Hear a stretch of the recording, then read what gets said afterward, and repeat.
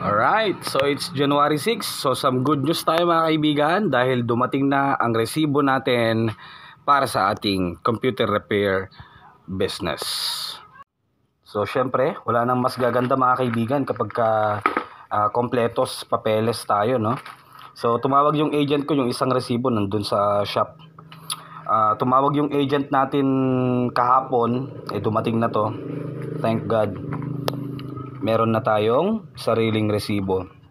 Clint Adams Computer Repair Services. Official receipt mga kaibigan.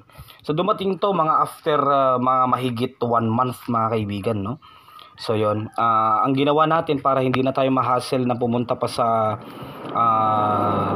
pinakamalapit na BIR branch or office, luckily merong isang agent sa atin na gumagawa o nagpa-process ng mga ganitong documents. So sa kanila lang tayo nagbayad, na i-process naman na.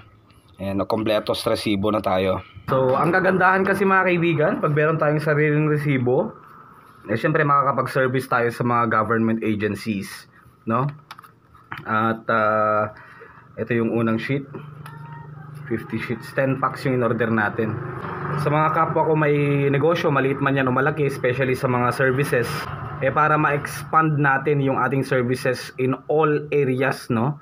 Kahit na saang location pa, o kahit na sino, kahit na company, private, public yan mga kaibigan, dapat mag-BIR registration kayo and kumuha kayo ng resibo. Katulad sa atin, meron na tayong resibo, and this is good news para sa ating shop, para makapag-service na tayo in almost all government offices o lahat ng government offices. Ang kailangan kasi dyan sa mga sineservisan natin ng mga kaibigan is resibo. Yes, kailangan talaga natin ng resibo, no? Para kasi syempre kakailangan din nila yan for reimbursement purposes. Gusto ko lang i-flex to mga kaibigan kasi achievement din ng shop natin to. Magandang salubong para sa taong 2024. Thank you so much for watching.